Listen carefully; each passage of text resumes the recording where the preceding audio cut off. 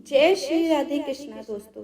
एक समय द्वापर युग में मथुरा नगरी में कंस नाम का एक राजा राज्य करता था। वो बहुत क्रूर था और अपनी प्रजा को बहुत परेशान किया करता था। कंस की एक बहन थी देवकी, जिसका विवाह राजा सुरसेन के बेटे वासुदेव से हुआ था। विवाह के बाद जब कंस अपनी बहन देवकी को वासुदेव के साथ विदा कर रहा था, तभी अचानक उसने एक आकाशवाणी सुनी। कंस, तेरे पाप का घड़ा भर चुका है। तू जिस विवाह पर इतना प्रसन्न हो रहा है, तेरी बहन देवकी की 8वीं संतान ही तेरा काल बनेगी, जो अब जल्द ही धरती पर जन्म लेकर तेरे अत्याचारों से धरती को मुक्त कराएगा। तो कंस देखता है, ये कैसी आकाशवाणी है, ये कैसी आकाशवाणी है। कदाचित मैं इतना डरा हुआ क्यों महसूस कर रहा हूँ। कुछ तो करना होगा। आज देवकी और उसके पति वासुदेव पर पूरी दृष्टि रखनी होगी। क्यों ना वासुदेव और देवकी को मैं बंदी बना लूं और फिर वो अपने काल को भी मृत्यु के घाट उतार दूंगा। मैं अमर हूँ, मैं अजर हूँ। मैं इस आकाशवाणी को कभी पूरा नहीं होने दूंगा। फिर क्या हुआ? अत्याचारी कंस ने अपनी बहन देवकी और वासुदेव को कारागार में बंद कर दिया। समय बीतता गया। देवकी के एक के बाद एक 6 बच्चों को जन्म दिया।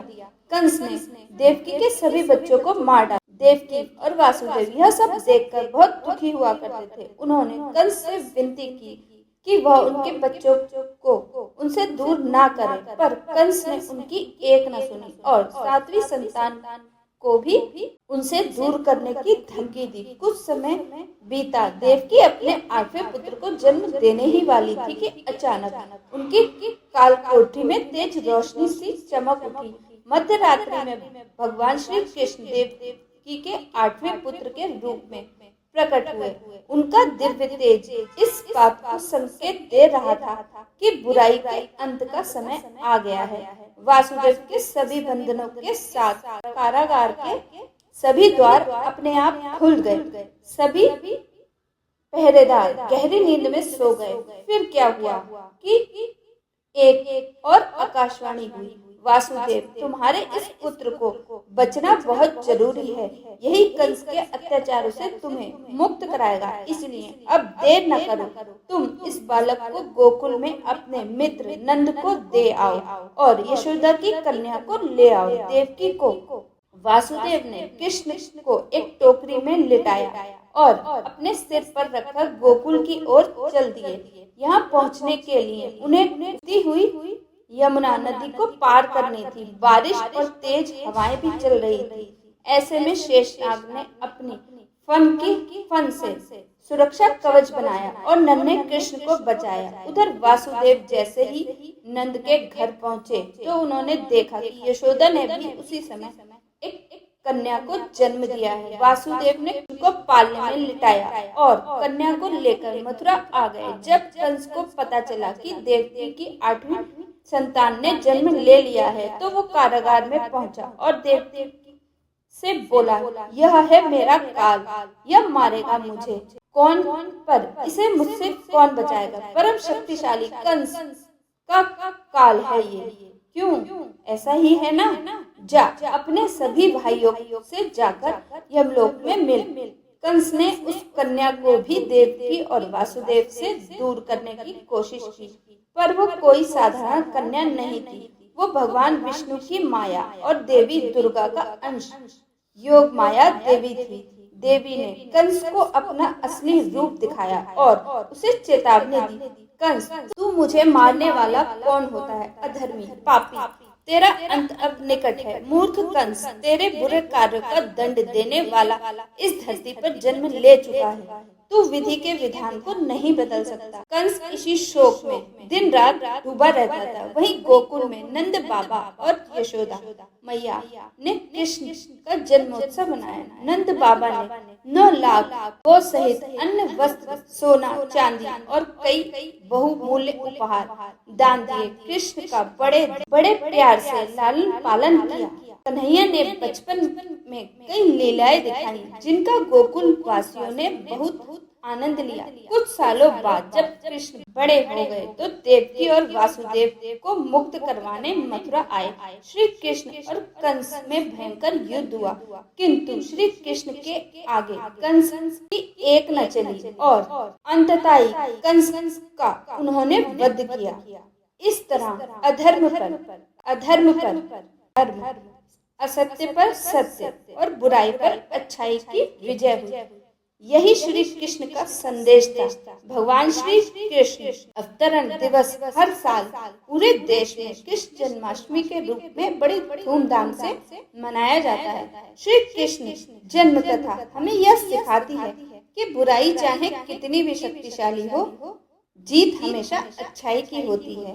दोस्तों, यह थी कृष्ण जन्माष्टमी की जन्म कथा। तो चलिए अब सुनते हैं कृष्ण और वासुदेव की एक छोटी सी लीला की कहानी। श्री कृष्ण और सुदामा के बीच एक बड़ी रोचक कहानी आज हम लेकर आए हैं। सुदामा श्री कृष्ण के परम मित्र थे। वे दोनों एक साथ संदीपन श्री कृष्ण के आश्रम में पढ़ते थे। एक साथ जंगल में लकड़ियां काटने जाते और साथ भोजन भी करते थे। वह एक दूसरे से अपने मन की हर बात कहते थे। एक बार मामा ने भगवान श्री कृष्ण से पूछा, माया क्या होती है?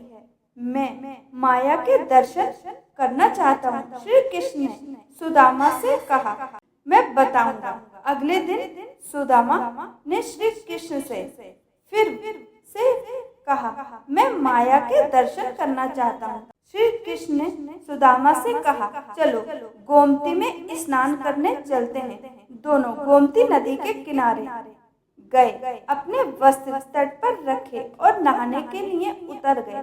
श्री कृष्ण ने डुबकी लगाई और नहाकर वापस लौट आए और पीताम्बर पहनने लगे।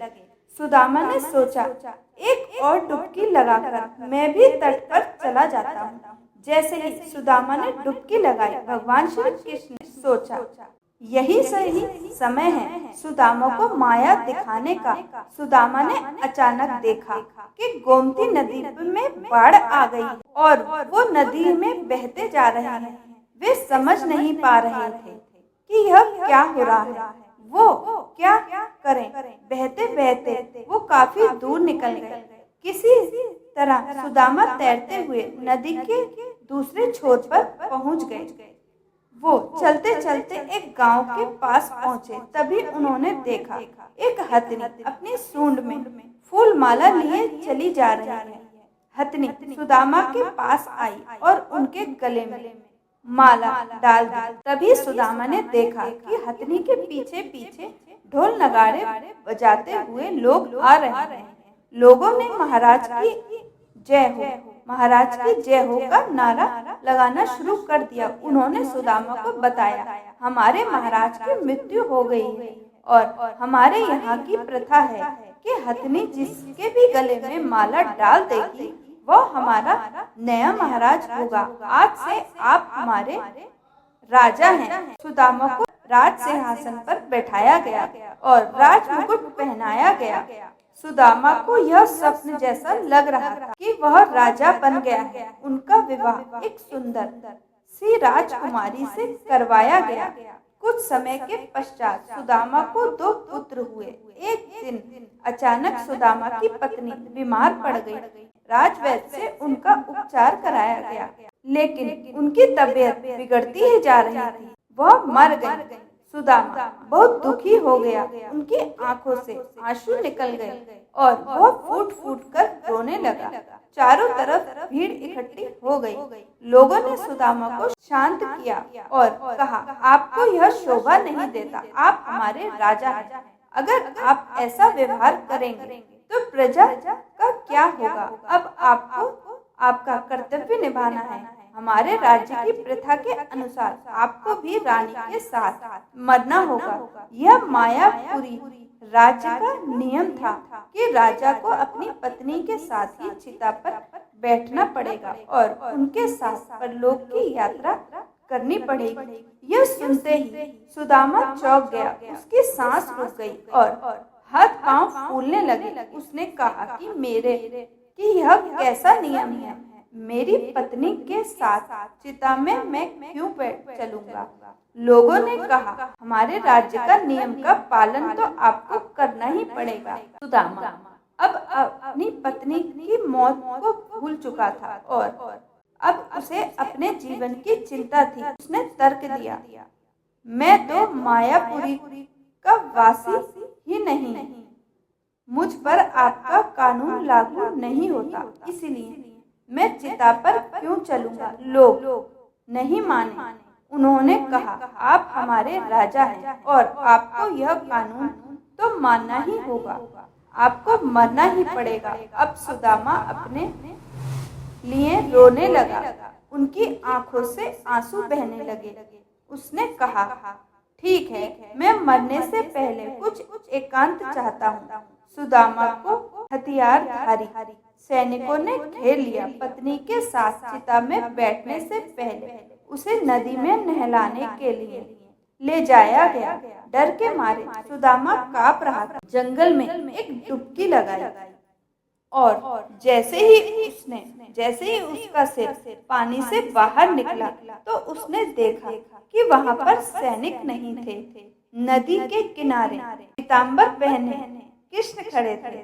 सुदामा फूट फूट कर रोने लगा। वह किनारे पर कृष्ण के पास आया।